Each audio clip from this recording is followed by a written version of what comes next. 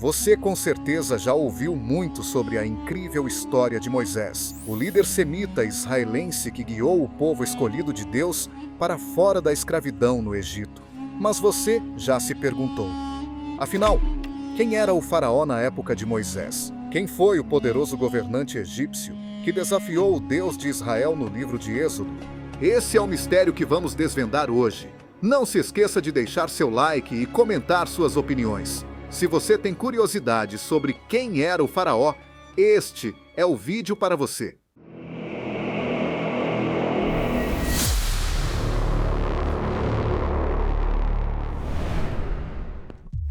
A Bíblia menciona muitas vezes o Antigo Egito e seus faraós, mas um dos faraós mais notáveis é a época de Moisés.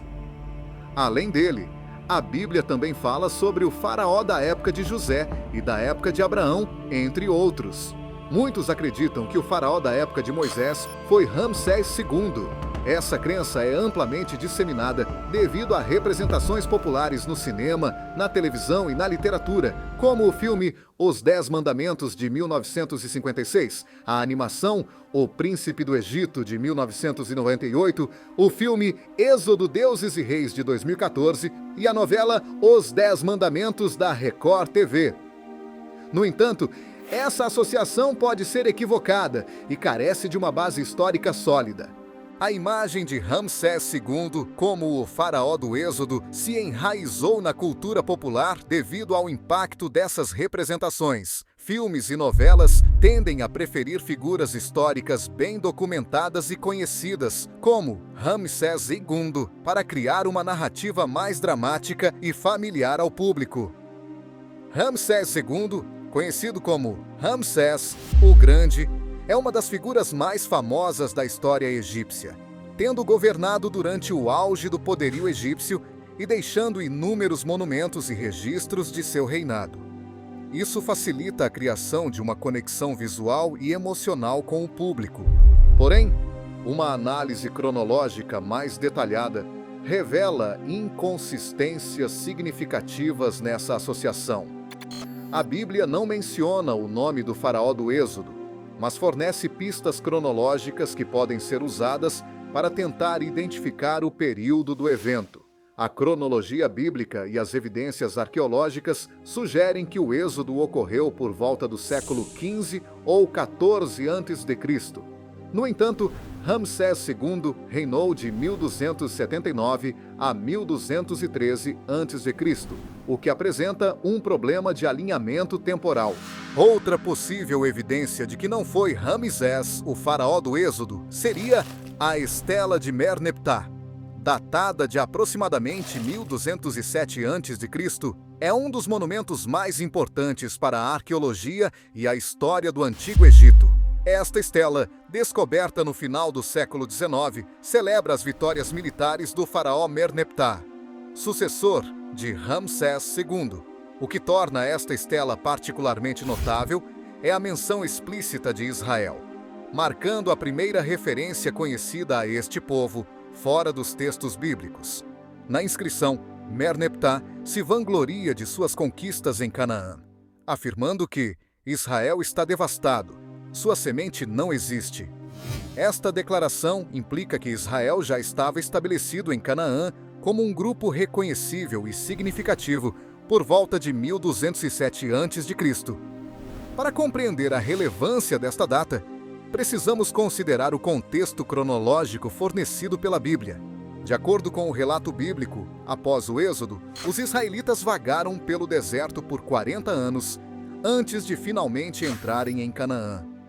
Portanto, se Israel já estava em Canaã por volta de 1207 a.C., sua entrada na Terra Prometida deve ter ocorrido aproximadamente 40 anos antes, ou seja, por volta de 1247 a.C.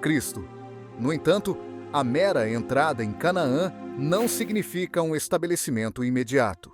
Seria necessário um tempo considerável para que Israel se firmasse como uma nação bem estabelecida na região. Essa linha do tempo sugere que o êxodo deve ter ocorrido ainda antes, para permitir o período de conquista e estabelecimento em Canaã. Se assumirmos que Israel precisou de várias décadas para consolidar sua presença na região após a entrada, podemos estimar que o êxodo ocorreu aproximadamente 150 anos antes da estela de Merneptah. Isso nos leva a uma data ao redor de 1430 a.C.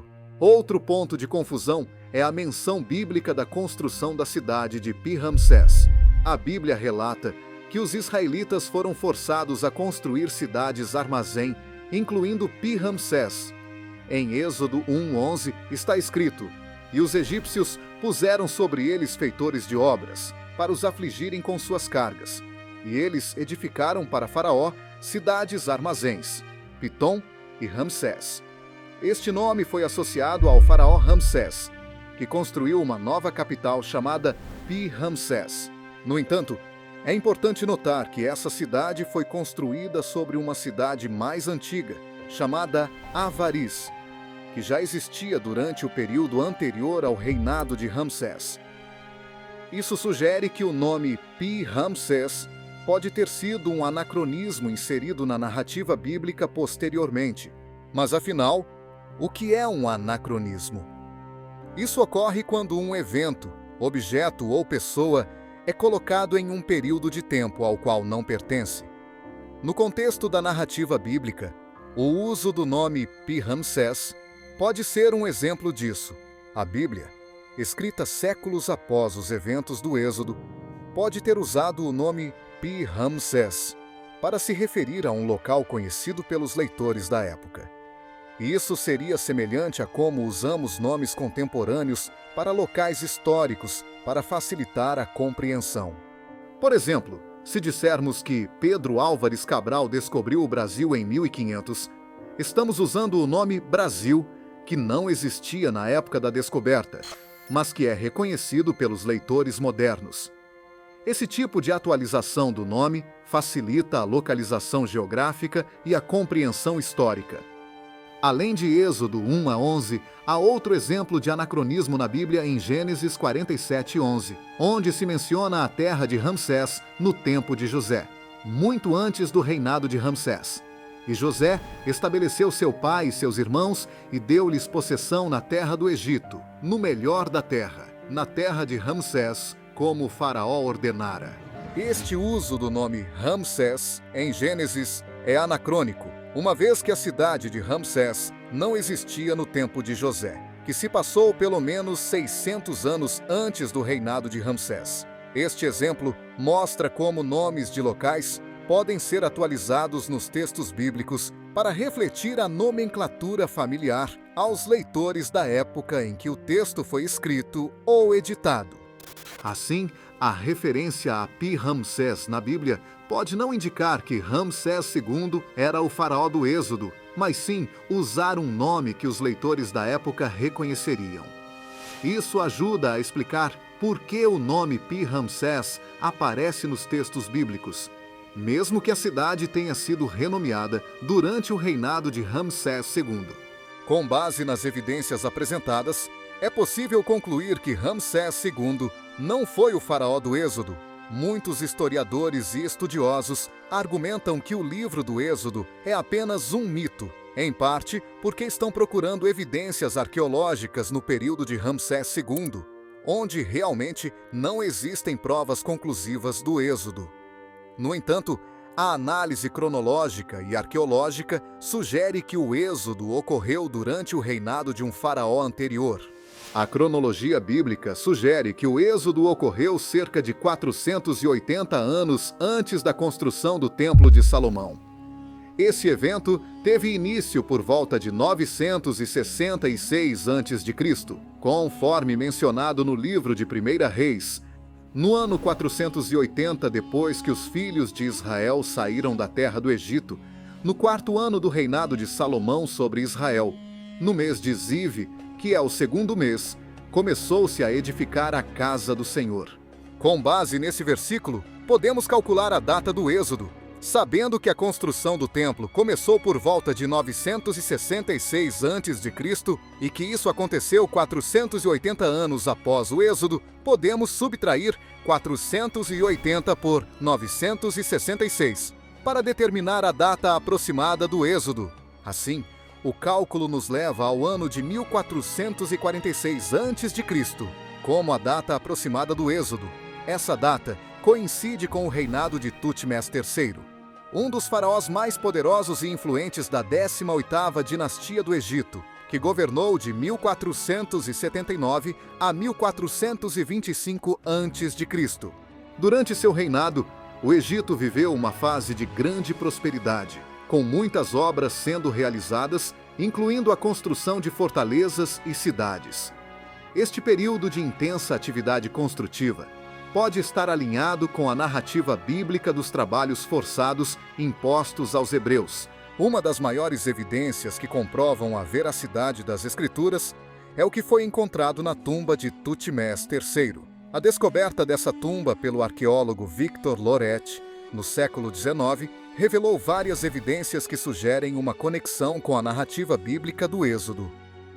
Esta tumba, localizada no Vale dos Reis, contém detalhes que corroboram os eventos descritos na Bíblia, oferecendo um vislumbre intrigante. As paredes da tumba de Tutmés III estão decoradas com textos religiosos e orações da Amduat, que descrevem a jornada do faraó no submundo até Osíris e seu retorno na barca solar. A 12ª Duat, em particular, contém uma oração única que não aparece em outras tumbas anteriores. Esta oração faz referência a soldados afogados que seguiram o faraó, descrevendo corpos flutuando na água e mencionando uma grande inundação. Palavras ditas por Horus aos afogados, aos revirados, aos estendidos que estão em Num e pertencem ao submundo, remando com seus braços sem ser parados.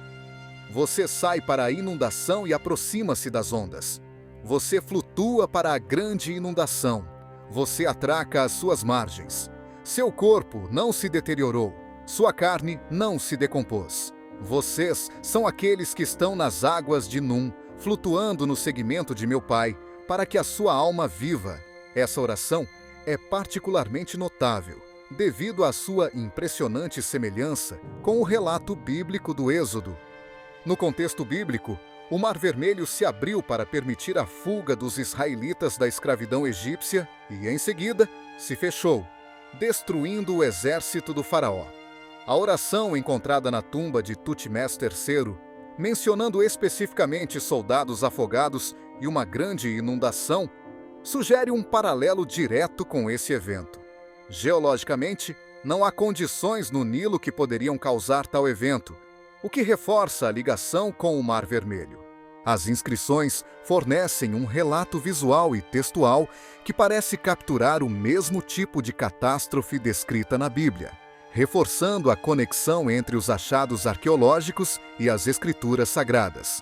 A especificidade com que as inscrições descrevem a inundação e os corpos flutuando destaca uma coincidência impressionante com a travessia do Mar Vermelho, como narrada no Êxodo.